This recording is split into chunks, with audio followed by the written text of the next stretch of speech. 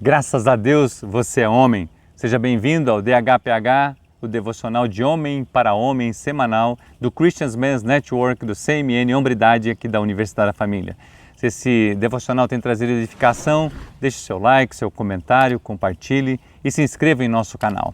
O tema de hoje é uma família unida em Cristo. Sua família é unida? Se você faltasse hoje, como ficaria sua família? O exemplo de Jesus na cruz nos revela uma família unida. O devocional de hoje é uma família unida em Cristo.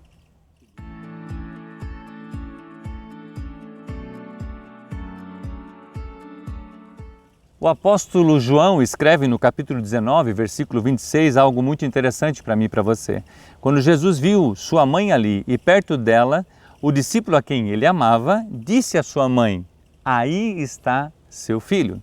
Nesse texto, Jesus nos ensina princípios relevantes em relação ao cuidado dos nossos parentes, e nesse caso específico, da sua mãe. George Mickney, desse devocional Na Estrada, que nós estamos compartilhando semanalmente com você, compartilha conosco sobre a importância de cuidar dos nossos, e o exemplo que ele usa é o próprio Senhor Jesus. Jesus está ali perto da sua morte, está crucificado, e perto dele estão as pessoas de muita relevância para ele, tanto da sua família, que estava ali a sua mãe, a mulher que Deus escolheu entre todas as mulheres, Maria, para conceber Jesus Cristo. Estava ali também Maria Madalena, a qual ele tinha expulsado os 7 demônios, e o seu discípulo amado, que era João. E ele olhou para João e falou: "João, a partir de hoje ela é sua mãe", ou seja, a partir de hoje a responsabilidade de cuidar, de nutrir, de alimentar, de proteger a minha mãe é sua. Ele estava transmitindo aquela responsabilidade para alguém que lhe confiava. Você pode olhar nas Escrituras, lá em João 13:25, diz que João reclinava a sua cabeça no peito de Jesus. Isso fala de intimidade, isso fala de proximidade. Quando a gente olha para a ceia, Pedro fala para João, pergunta para ele: quem que vai trair? Por quê? Porque João era um homem íntimo de Jesus. E aqui eu gostaria já de aproveitar para você que eu e você precisamos buscar essa intimidade com Jesus. E eu quero repetir a pergunta do começo. Se você fosse recolhido para estar com Cristo hoje, como ficaria a sua família? Emocionalmente, relacionalmente, financeiramente e espiritualmente?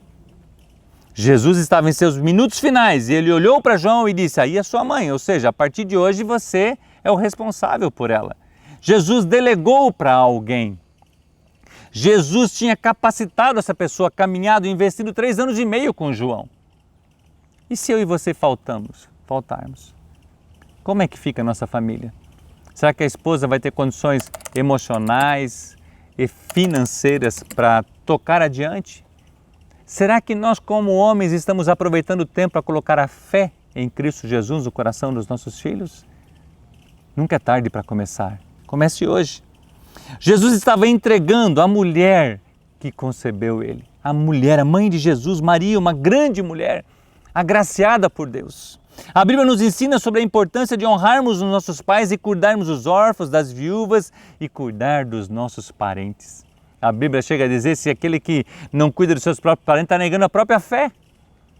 Porque são aqueles irmãos de sangue, a nossa família, a nossa casa, o cuidado também com a nossa família da fé. Jesus estava cuidando ali de Maria Madalena, estava cuidando de João, estava cuidando da família da fé. E nesse momento da morte de Jesus, que de certa forma estava trazendo algum tipo de tristeza, culminou no início da igreja, ou seja, na família da fé, através da ressurreição de Jesus Cristo após 3 dias. Após 3 dias ele venceu a morte e ressuscitou. Maria pôde ver Jesus ressuscitado e então veio o Pentecoste, o crescimento dessa família da fé. Glória a Deus por isso. Essa família de fé deveria crescer até os confins da terra. Lá em Atos, capítulo 13, 47, fala sobre isso, de nós expandirmos a nossa família da fé. E Deus, para a expansão da família, para a nossa família viver o sobrenatural e viver unida, nós precisamos entender que Deus nos confiou o evangelho da reconciliação. 2 Coríntios, capítulo 5, versos 18 e 19, fala assim para mim e para você: "Ora, tudo provém de Deus, que nos reconciliou consigo mesmo por meio de Cristo e nos deu o ministério da reconciliação." a saber que Deus estava em Cristo reconciliando consigo o mundo, não imputando aos homens as suas transgressões, e nos confiou a palavra da reconciliação. Nós estamos falando sobre unidade. Unidade sem reconciliação, sem perdão, ela é praticamente impossível. E eu e você precisamos buscar, e somos homens de paz, homens que promovem um ambiente de reconciliação, perdão e unidade. Efésios 4:3 fala assim, o apóstolo Paulo escrevendo: esforçando-vos diligentemente por preservar a unidade do Espírito pelo vínculo da paz. Por isso que eu quero convidar você a ser um homem de paz. Mateus 5:5 fala que os mansos herdarão a terra. Eu e você estamos sendo esse homem de paz. Jesus estava no final do seu ministério terreno e pôde fazer isso porque havia unidade entre ele, a sua mãe e, nesse caso, João. Como está o seu relacionamento com seus pais, irmãos, sogros, parentes?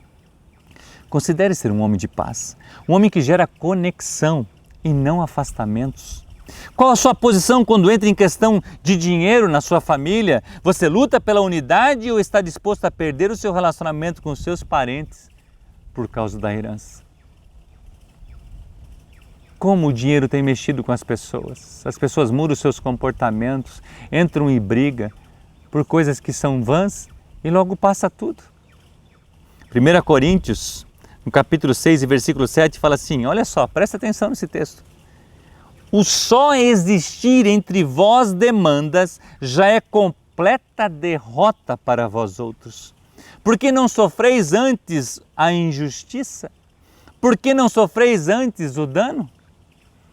Porque Paulo está escrevendo que viver em paz e em harmonia é muito melhor do que viver em contenda. A Bíblia fala que há 6 coisas que Deus odeia e uma que Ele abomina, que é semear contendas. E às vezes a gente fica brigando por valores, por uma herança e deixa de viver o sobrenatural de Deus. O perdão é a chave para podermos viver em paz. Jesus nos perdoou e nos deu o exemplo de como devemos perdoar. Por que não sofrer o dano?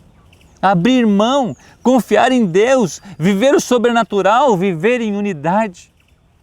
Gladys e a minha esposa e eu tivemos tantas experiências disso, de abrir mão. Poderíamos de repente estar melhor financeiramente, ter feito coisas maiores, de repente ter mais posses, mas abrir mão gerou um ambiente de paz, de relacionamento. Uau! Qual a diferença entre união e unidade? Eu quero usar o exemplo da batata. Quando você tem um saco de batata, você tem um monte de batatas unidas, mas você consegue ver as diferenças de tamanho, de coloração, porque está dentro daquele saco de batata e são dezenas ou às vezes centenas de batatas, elas estão em união, mas não estão unidas. Qual que é a diferença de união para unidade? É quando você pega essa batata e você cozinha ela e faz um purê de batata. Isso é unidade. Você não sabe mais qual que é a batata, porque tudo é uma coisa só. Uau! Não vale a pena brigar por coisas temporais e dar brechas para que o inimigo de nossas almas possa agir e prejudicar o nosso relacionamento com Deus, com a nossa família e com a nossa família de fé.